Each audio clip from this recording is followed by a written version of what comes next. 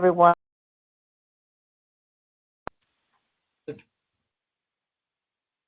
Welcome to the West Basin Municipal Water District Water Policy and Legislation Committee and Special Meeting of the Board of Directors for October 20th, 2025. It is now 1:03.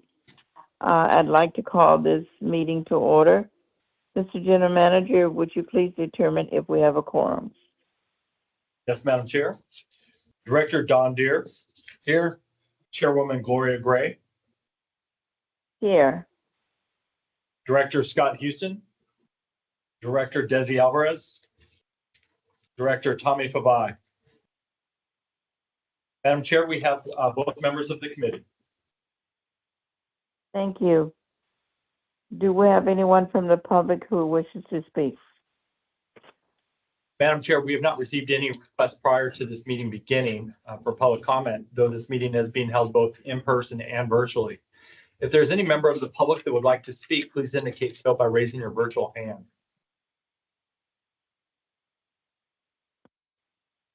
And Madam Chair, I do not see a request for public comment.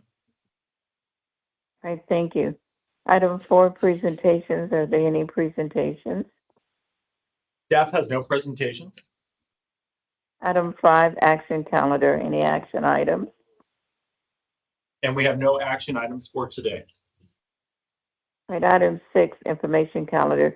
Would you please introduce those items, Mr. General Manager? Yes, Madam Chairwoman, item 6A is an information item related to the state and federal advocacy services. For this presentation, we do have Matt Bay, our Manager of Water Policy and Resources Development, and this item does begin on packet page 3. Thank you, EJ, and good afternoon, Chair Gray and Director Deere. As EJ mentioned, this begins on page 3 of the packet, and I'll be going through a few slides today that begin on page 14 of the agenda packet. All right. As you know, West Basin utilizes the services of both state and federal advocacy teams to help represent our legislative, regulatory, and other various interests in Sacramento and Washington, D.C. On Sacramento issues, we have been represented by Niamela Pappas and Associates since 2019, while our federal interests have been managed by Vanskoyak Associates since 2017. Our past practice has been to enter into 2-year agreements for both state and federal services, at least for the last 6 years or so. And both of our agreements are set to expire at the end of this calendar year on December 31st. So as we customarily do, staff is seeking direction from this committee and the board on whether to pursue new agreements with our existing state and federal teams, or we're open to receive other direction from the committee and the board members on what our next steps could be.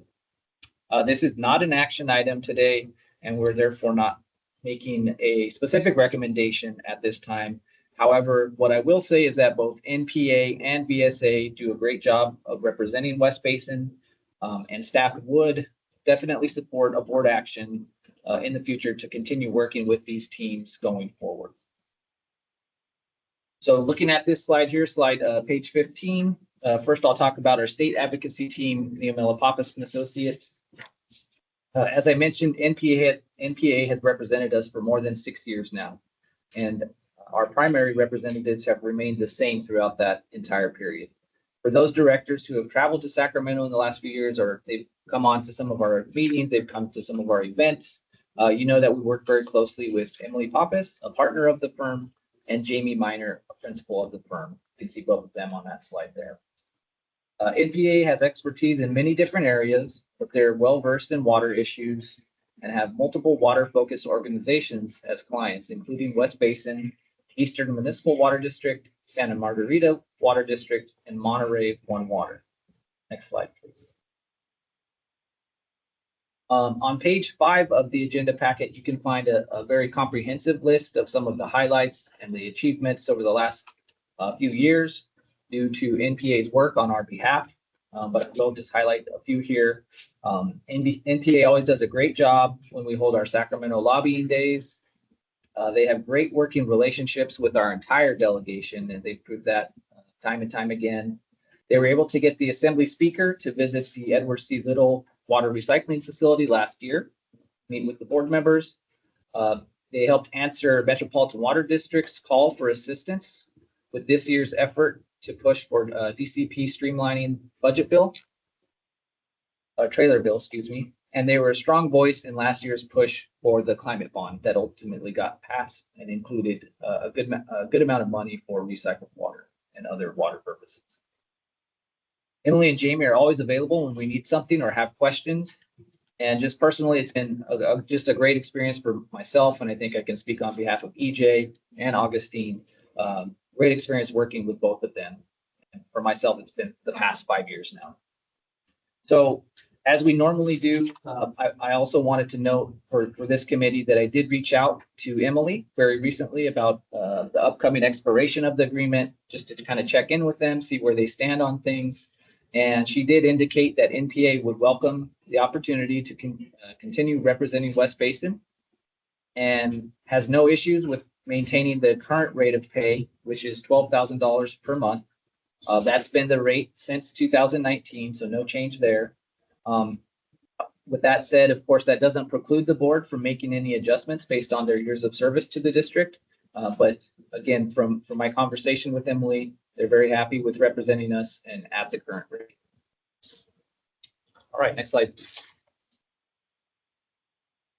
I'll now discuss our federal advocacy team, Van Scoyoc Associates. VSA has actually represented us for a little while longer, since 2017, so 8 years now. And during this time, our two primary reps at the firm have been Pete Evich and Jeff Bowman. So again, we've had continuity for the last 8 years. VSA represents a wide variety of industry and interests. However, water resources and infrastructure is one of their specialty areas. Pete and Jeff have more than 50 years of combined experience in our nation's capital, which has given them the knowledge base and relationships and access to elected officials that's required to successfully advocate on our behalf on a variety of policy and funding priorities. Next slide. On page 8 of the packet, again, you can find a comprehensive list of highlights and achievements that have been made possible by VSA in supporting West Basin. They do a great job of putting together our DC lobbying trips. Years back, they helped acquire the $35 million Army Corps authorization and subsequent federal appropriations for the Harbor South Bay project. They've helped us support us in getting support letters in order to apply for federal grants. They've arranged tours at Edward C. Little with congressional staff, and then consistently they advocate policy on our behalf. They help develop and distribute policy positions on our behalf, and they're always available to discuss issues and answer questions whenever we need them. Like with NPA, we have a great working relationship with Pete and Jeff, and staff feels that West Basin is in great hands with them when it comes to being represented in DC by the VSA team. Again, as is customary, I spoke with Pete about the upcoming expiration of the agreement, and he also indicated that VSA would again welcome the opportunity to continue representing West Basin, and also has no issues with maintaining the current rate of pay, which is currently $13,250 per month, which has been the same rate since 2017. As with NPA, this doesn't preclude the board from making any adjustments based on VSA's years of service to the district. However, they're happy with kind of the current arrangement. So again, this is not an action item, but with the agreement set to expire in a couple of months, staff would really appreciate hearing from the committee and board members to see if they would like to continue being represented by NPA and VSA. And if so, we would bring an action item either in November or December.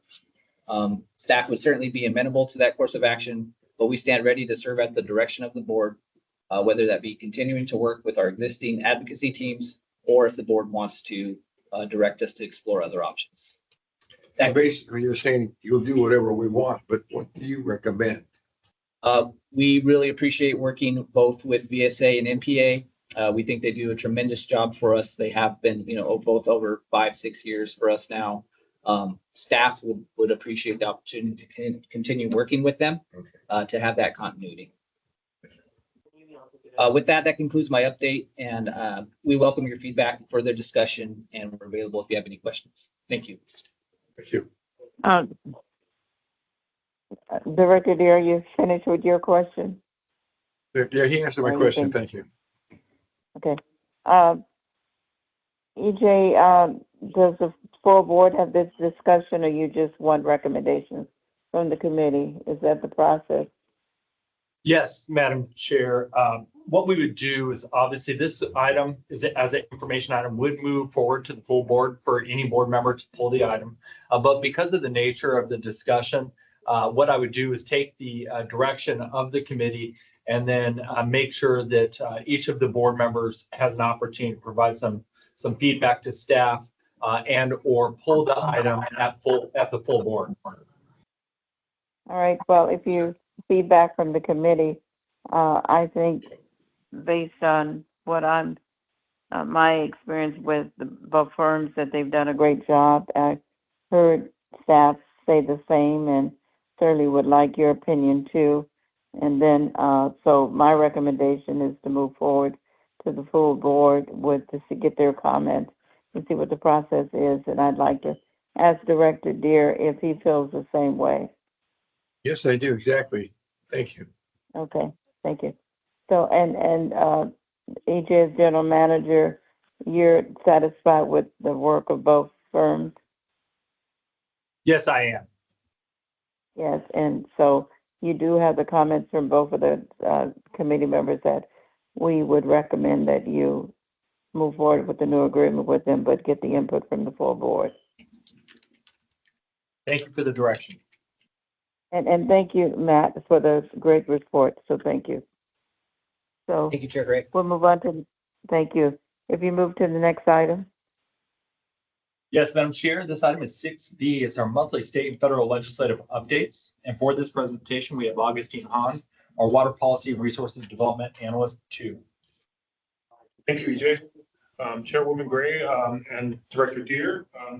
For you is the monthly state and federal legislative update that begins on page 19 of the agenda packet with accompanying slides beginning on page 35. Move on to the next slide, please. Just as an update for you, this report was prepared on October 6th. So staff has done has made its best effort to include updated information as there were some deadlines at the state level prior to the report being filed. Next slide, please. So just a recap of the session, the 2025-26 session began with tragedy and corresponding actions. On the heels of the Altadena and Palisades fires, the governor initiated a special session and the legislature approved a $2.5 billion aid package, postponed tax filing deadlines. What page is it?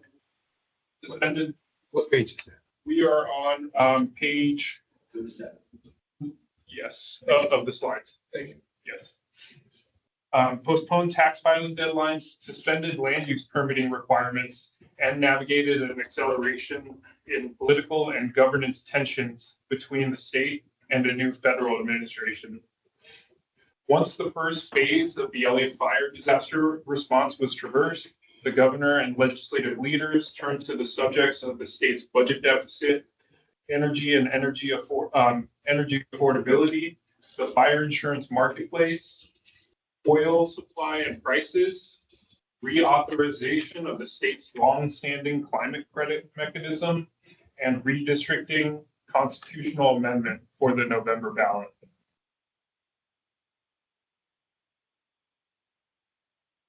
As the session came down the wire, last-minute negotiations and rule waivers once again proved to be the legislature's favorite tools. Heading into the final week, it was unclear whether Assembly, Senate, and Governor could find agreement on major outstanding issues. After the redistricting constitutional amendment took over the first part of their post-summer recess working days, many observers doubted they would land the biggest deals still in play.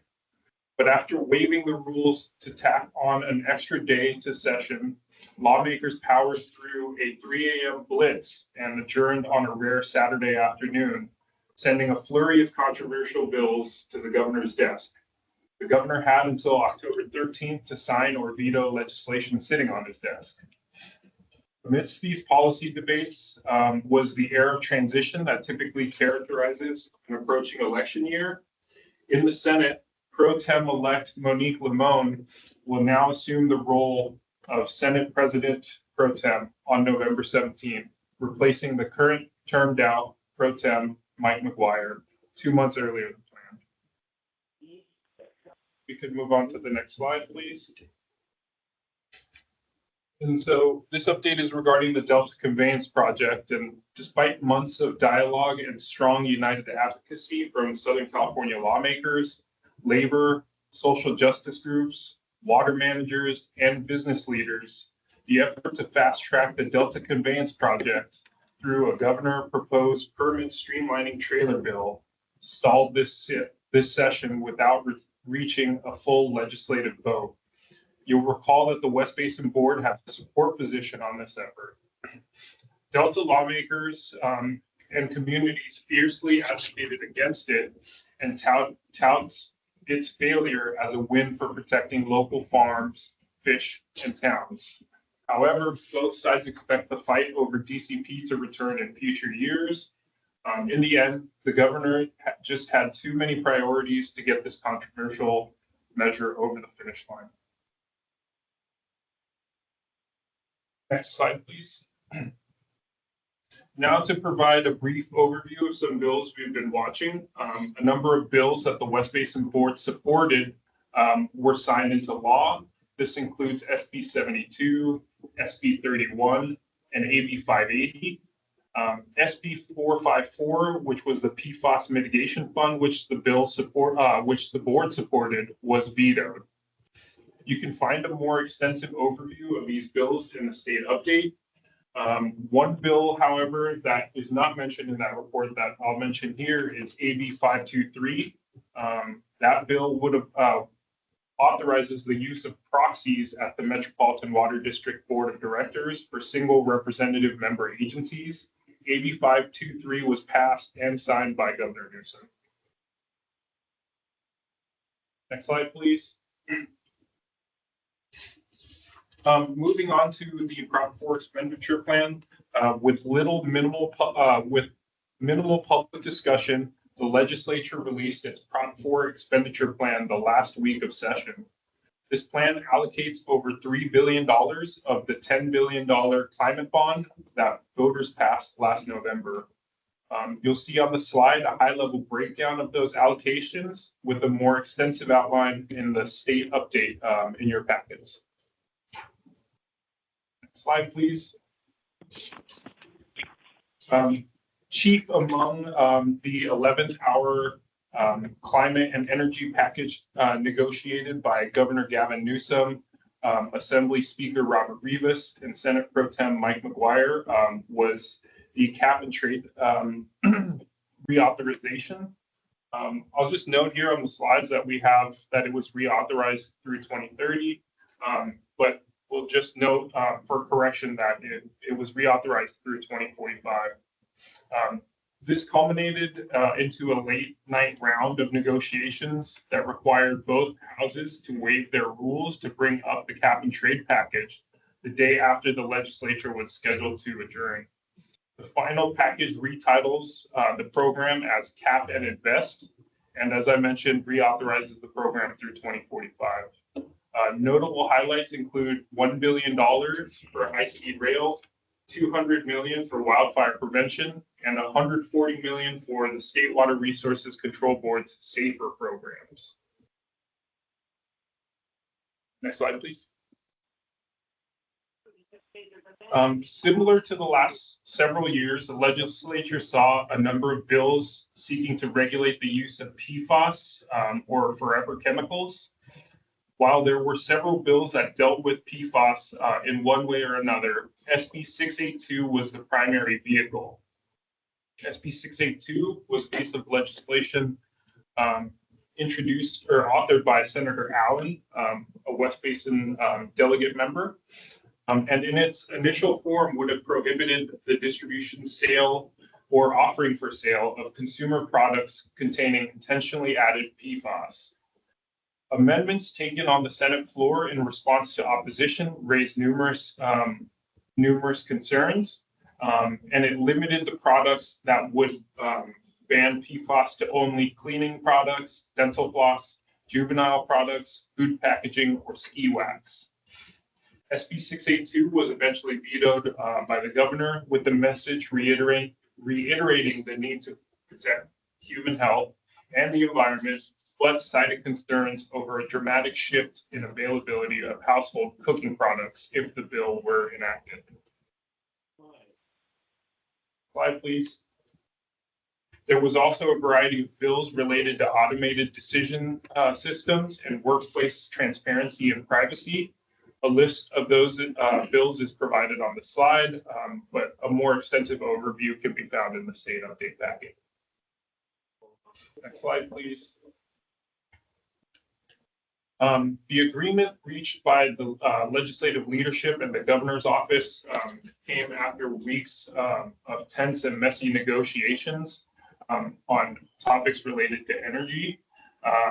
And it led to speculation of a potential special session on energy or punting to January altogether. Not publicly in print until Wednesday, September 10th.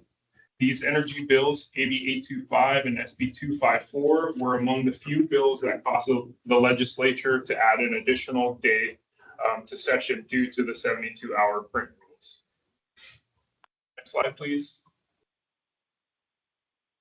And on to the final portion of the state update. The State Water Resources Control Board released data for the calendar year 2024 volumetric annual report. This report is used to evaluate feasibility of current recycled water goals and tracks progress. This report gathers data from required monthly reports submitted by wastewater and recycling agencies. This update is intended to show West Basin's contribution towards statewide recycling goals. Just to reiterate, the water supply strategy goals released by Governor Newsom for recycled water, they include a target of 800,000 acre feet by 2030 and 1.8 million acre feet by 2040. And so you can see it's kind of small in the graph on the slides, but you can see that the state is on a good path to reach those goals by 2030, but that more work will be required to hit the 2040 goals. Next slide, please. And so this slide just shows the data at the statewide level in 2019 through 2024, with an extra column on the right-hand side showing West Basin's corresponding information. And so in calendar year 24, West Basin accounted for approximately 4% of the recycled water produced in the state. And in addition, West Basin's recycled water for barrier injection accounted for 3.4% of statewide potable reuse. Next slide, please.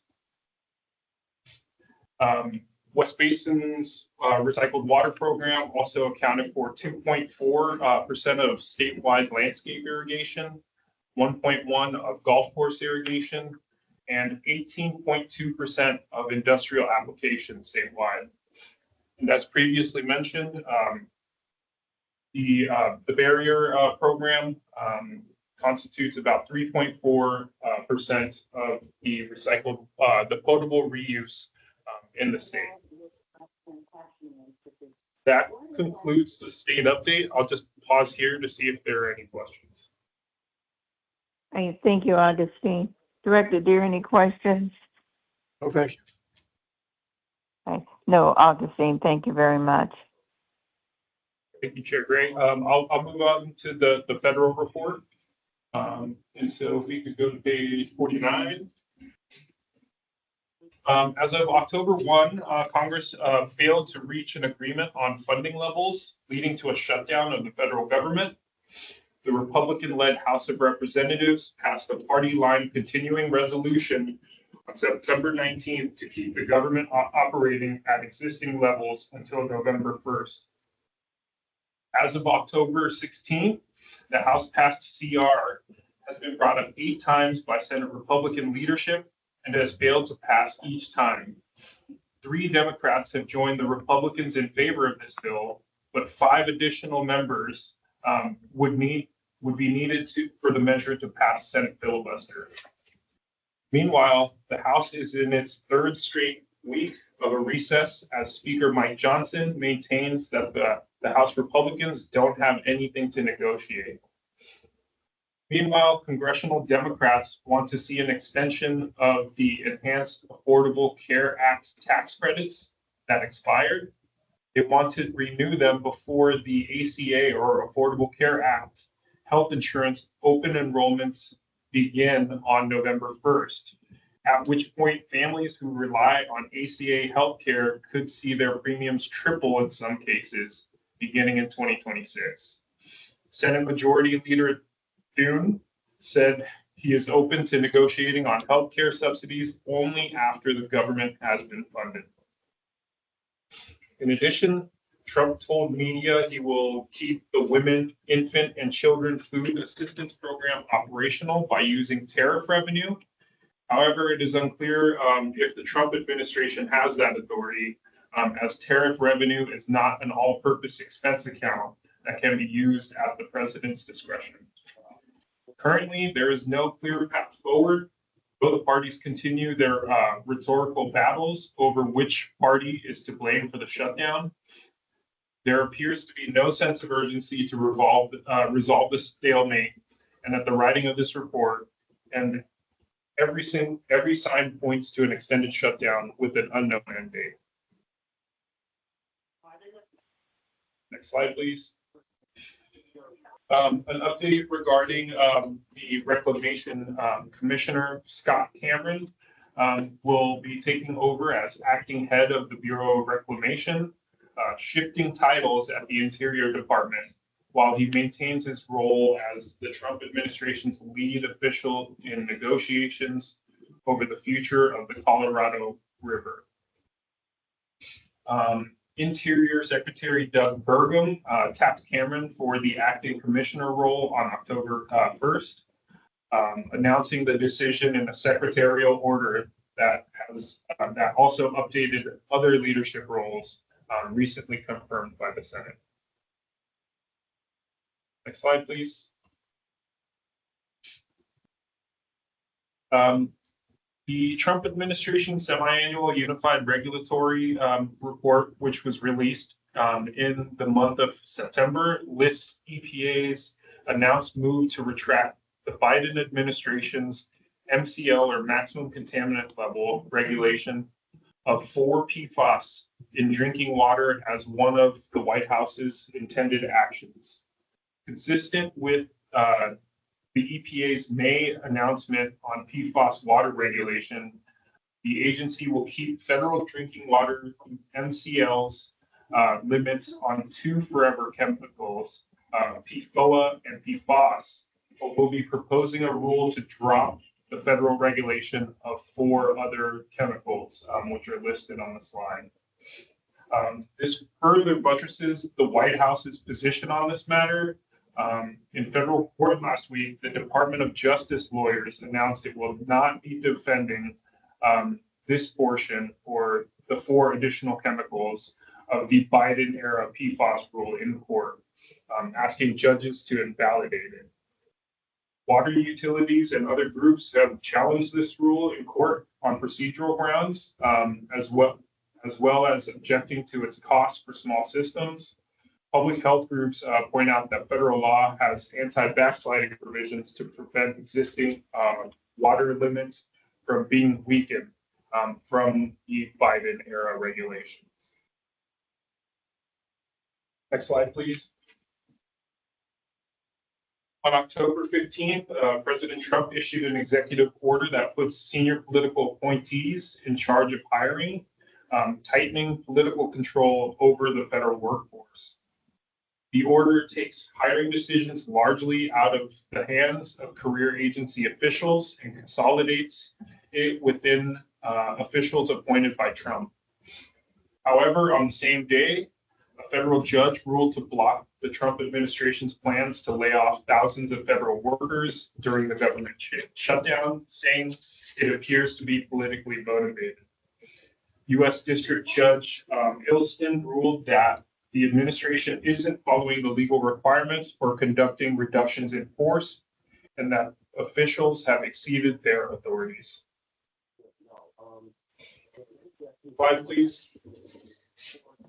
On September 19th, Representatives Carvajal and Valadeo introduced the Water Infrastructure Resilience and Sustainability Act, or HR 5566, which reauthorizes the small, mid-size, and large drinking water system infrastructure resilience and sustainability programs, as well as the Clean Water Infrastructure Resilience program over a 5-year period. The grant programs provide funding to municipalities, community water systems, wastewater utilities, and other public entities to plan, design, or construct projects that increase the resilience of drinking water and clean water infrastructure to natural hazards, including drought or cybersecurity vulnerabilities. Slide, please.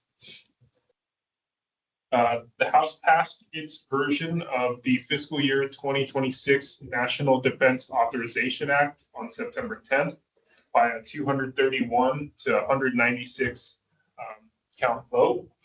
The bill, which authorizes defense spending and outlines military policy, includes a provision requiring the Department of Defense to provide clean drinking water from an alternative source to households with private wells contaminated by PFAS due to military activities. Each secretary will identify the 3 most at-risk bases under their command and develop a strategy to reduce water supply risk. The Senate version of the fiscal year 26 National Defense Authorization Act measure is expected to see floor action in the upper chamber once the chambers get back to work. That includes the federal update, and I'm happy to take any questions. All right, thank you so much. Let's see. Director, are there any questions? No. Okay. All right, that's a federal update. Thank you so much. Then we'll go to item C. Yes, Madam Chair, item 6C is our quarterly Safe Clean Water Program update. And for this presentation, we do have Augustine Hahn from Water Policy and Resource Development, as well as Tammy Hurley-High, our Senior Water Policy and Resources Analyst. If you'll turn to packet page 55, we'll begin this item. Thank you, EJ, Chairwoman Gray, and Director Geer. I'm happy to give the first half of this update and then pass it over to my colleague Tammy to bring us home. But just as an introduction, the quarterly Safe Clean Water Program can be found on page 55. Also attached for your information are slides related to projects that have been submitted in the Central Santa Monica Bay Watershed Area Steering Committee for this year. West Basin represents the interests of its service area by participating in both Central Santa Monica Bay and South Santa Monica Bay Watershed Area Steering Committees, which help implement County Measure W, which was passed in 2018.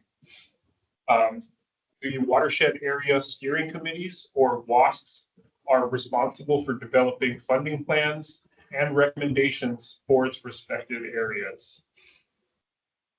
To provide an update on the Central Santa Monica Bay, you'll see the slides that we have attached, and I can also provide an update of the meetings over the past quarter or so. The projected available funding for the Central Santa Monica Bay Area WASC is $4.9 million for fiscal year 26 and 27. And the WASCs will be developing its stormwater investment plan that will be submitted to the regional oversight committee and then to the County Board of Supervisors for approval. And so just to provide a brief overview over the activities in the Central Santa Monica Bay WASCs.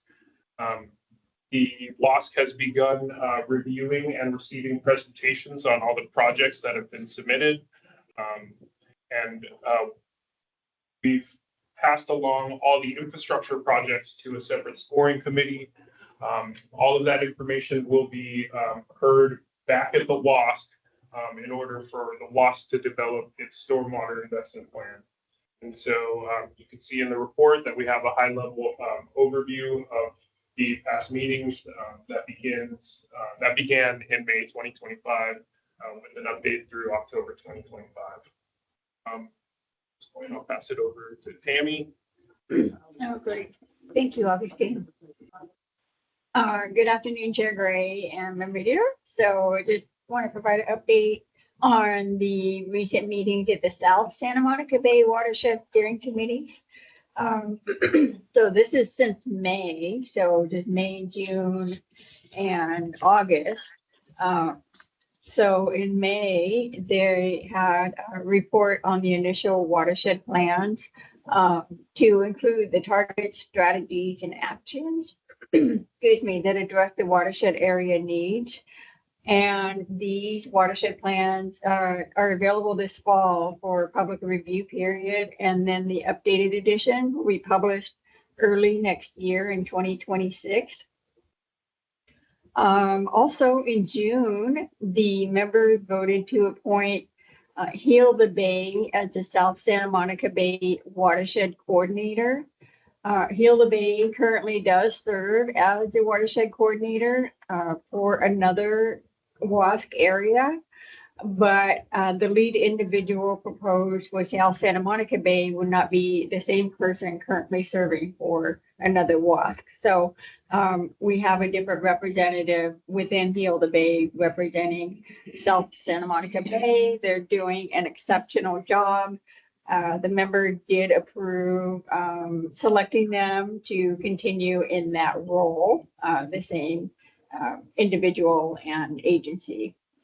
In June, the members also received information on the Community Strength and Needs Assessment Survey. So this has been a survey, it's been led by the watershed coordinators. So they're just collecting a lot of information and responses for the South Santa Monica Bay watershed area.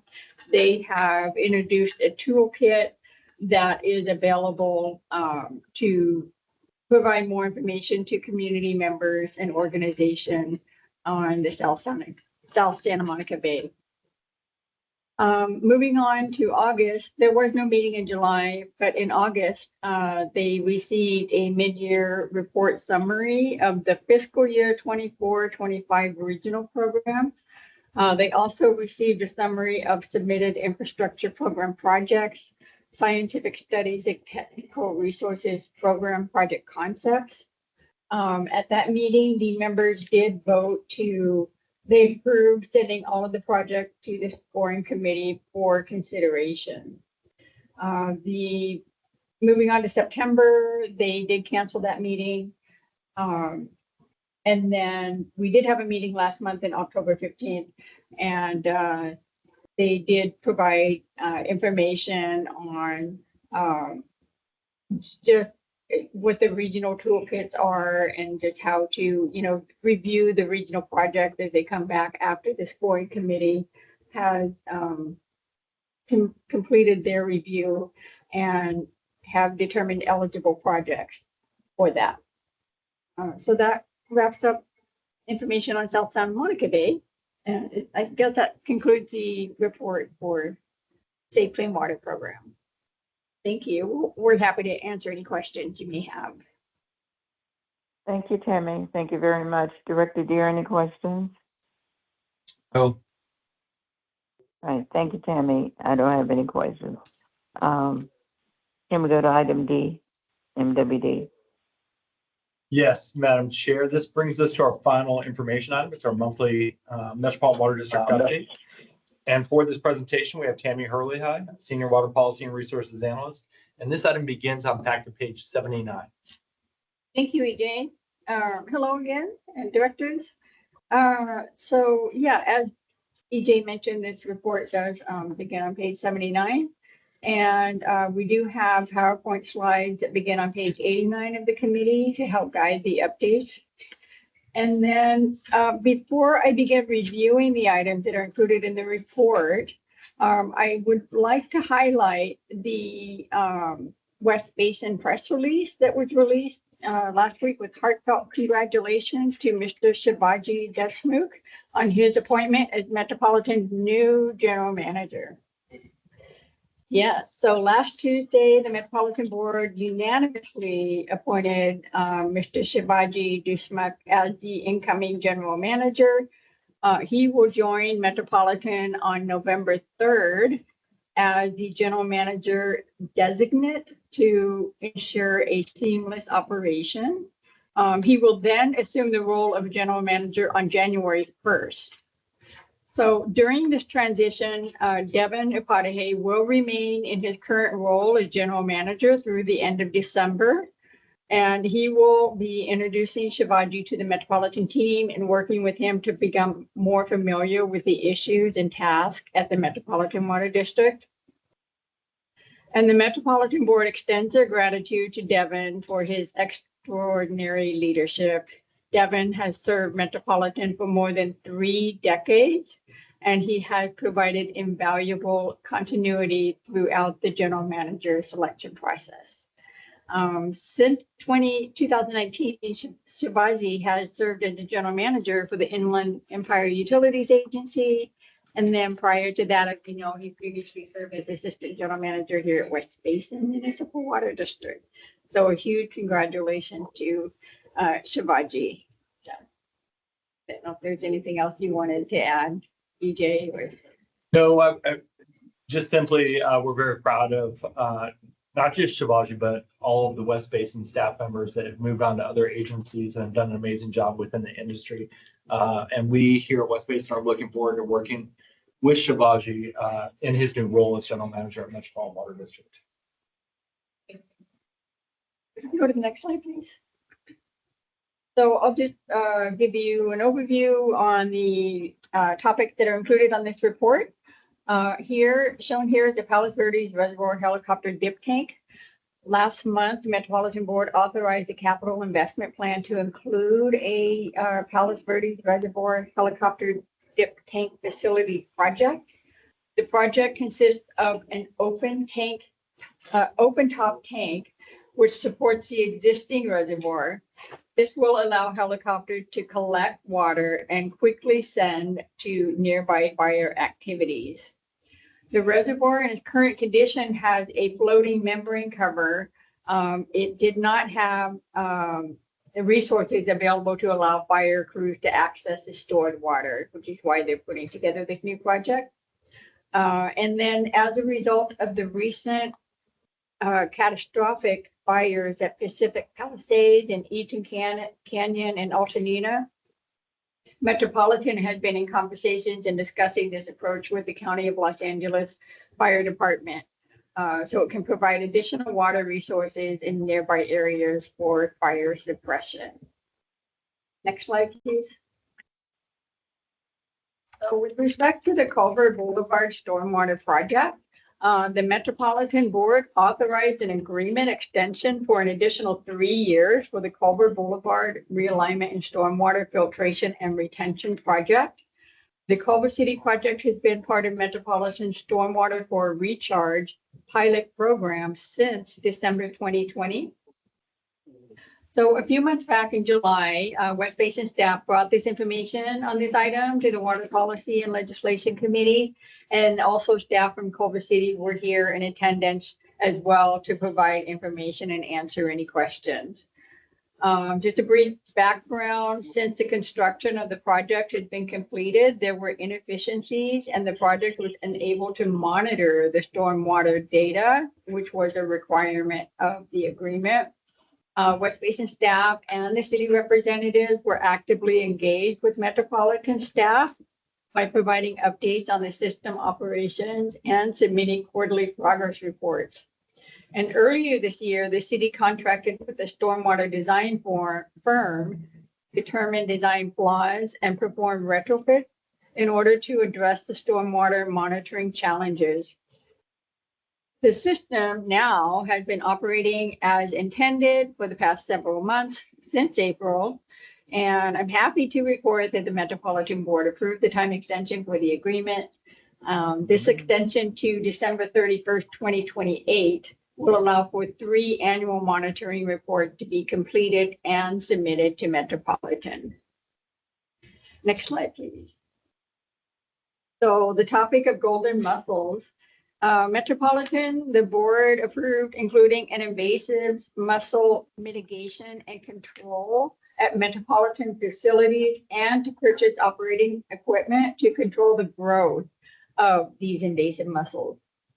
Since the initial detection of golden mussels during October 2024 last year at the Bay Delta and the San Luis Reservoir, they have spread southward through the State Water Project.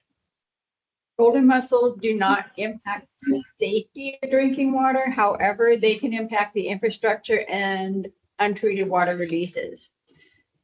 In September, DWR confirmed the presence of golden mussel villager in a sample that was taken from Silverwood Lake.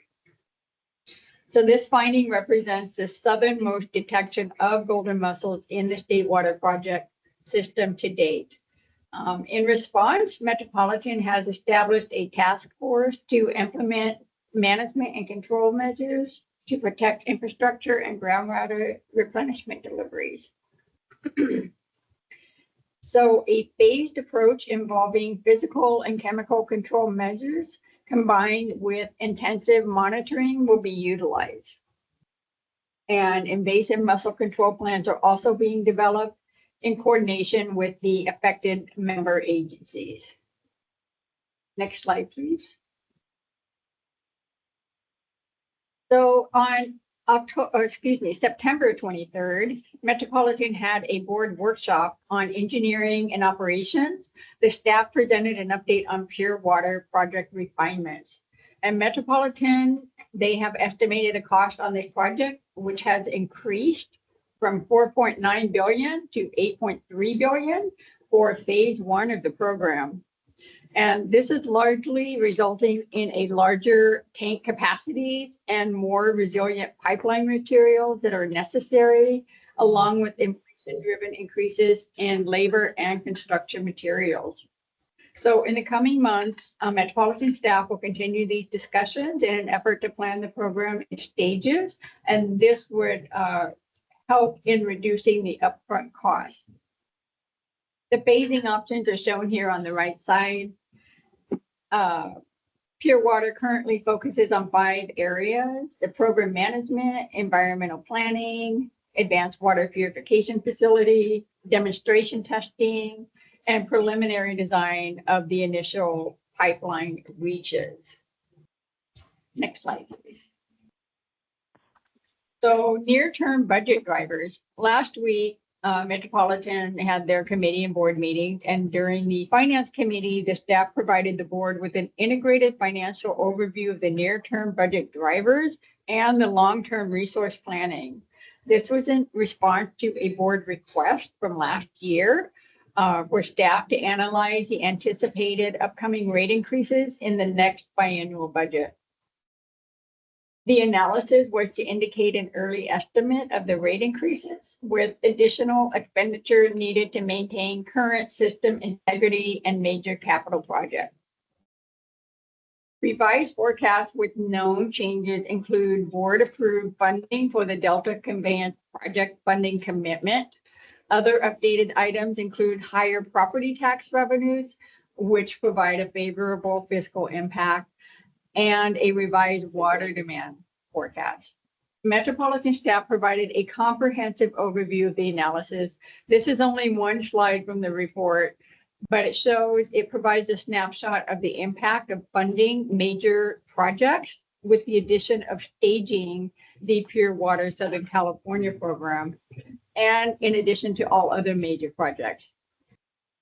This analysis indicates that for the next biennium, a 12% rate increase in 2027 and a 6% increase in 2028 would be needed just to maintain the water distribution system integrity. And then added on top of that are other major capital projects, which would then lead to a 15% increase in 2027, and then an 8% increase in 2028. So Metropolitan staff will continue these analysis and the discussions with the board as they are nearing the next biennium budget and option for consideration. And then also later this month on Tuesday, October 28th, there will be a meeting of the subcommittee on imported water, and staff will provide a finance summary and overview of agreements for the site's reservoir project.